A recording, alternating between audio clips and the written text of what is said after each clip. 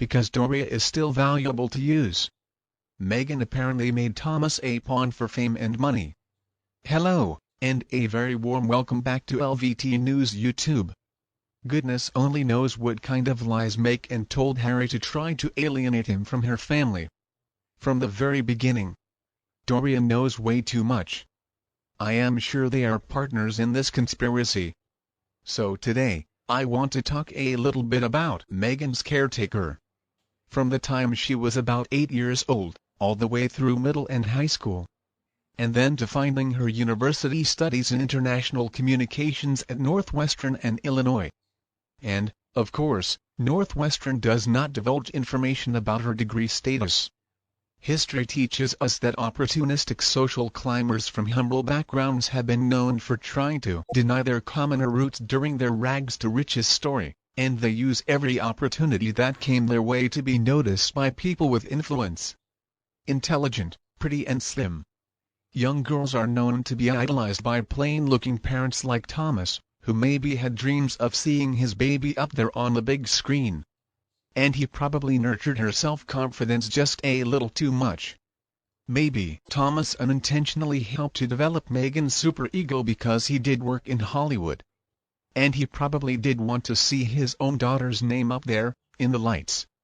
I suspect that it was Thomas who really encouraged Meghan's dreams, reinforcing and encouraging this idea in Meghan's head that she was going to be a big star someday. When she failed auditions time and time again, maybe she felt like her father had deceived her because he was too confident in her abilities.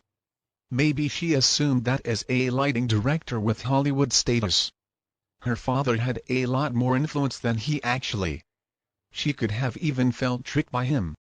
And from an adolescent perspective, maybe Thomas did kind of trick her. And maybe that was when she let herself go and was lured into drugs and acting in porn films. And I'm not trying to judge her or sympathize with her here. I'm just analyzing what could have happened.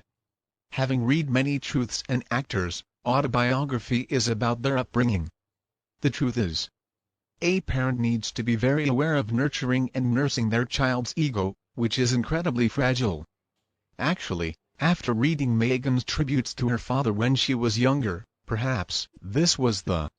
Clearly, Thomas allowed her to believe that she was the center of his world from an early age, and clearly, she never got rid of that belief in herself. So when her father lost all his money, when he went bankrupt after becoming work redundant, even if it was thanks to Meghan's supergluing lawsuit, perhaps she felt embarrassed. And so she wanted to disassociate herself from him while working on TV, even though he was the one who paid her Actors Equity membership. And, of course, this is all speculation on my part. But I can understand how easy it would be to turn this child into a narcissistic social climber by idolizing them and overinflating their ego to the point that the child, Meghan, becomes so self-absorbed and believes she is better than the family that raised her. And she decides she needs to mix with a group that she considers to be of a higher status, socially unrelatable to her own family. And so then she avoids any interaction or relationship with her family whatsoever by making up some kind of story like that she was abused as a child. She wants to avoid confrontation. And we know that would expose the truth. And I'm not trying to be harsh on Thomas or his family or his apparent proactive protection of Meghan. But instead, I do feel some empathy for him considering the way that he was treated as a result of being kind to her, which, after all, he did for her. How dare she treat him like that, so cruel and so abusive? Meghan is estranged from most of her family, and that's her own choice. Her father, her half-brother, her half-sister, they have begged her to come visit because their father does not have a lot of time left. And all he really wants right now is just to see Meghan. He wants to see Archie and Lilibet if they're real, before he passes away. But Meghan refuses to allow him to meet his grandchildren. Now, the fact is, he didn't play his part for her wedding because she didn't want him to. So she wrote him and her siblings out of her story altogether. And Meghan has never really had much of a relationship with any of her aunts or uncles or cousins on either side. except for that one uncle who worked at the Argentinian embassy. She definitely had a use for him. So he hired her to work at the consulate over the summer. And then when fall rolled around, well, she got rid of him, too. Basically, it seems like if Meghan can use a family member, well, she's going to use them. She can act sweet and kind and loving, but as soon as she's done with them, she throws them. That's because when the family member has served their purpose, she's done with them. She moves on.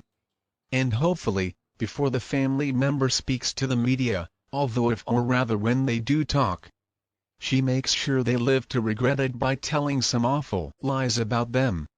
Unless, of course, they do have something in their path that she can dig up.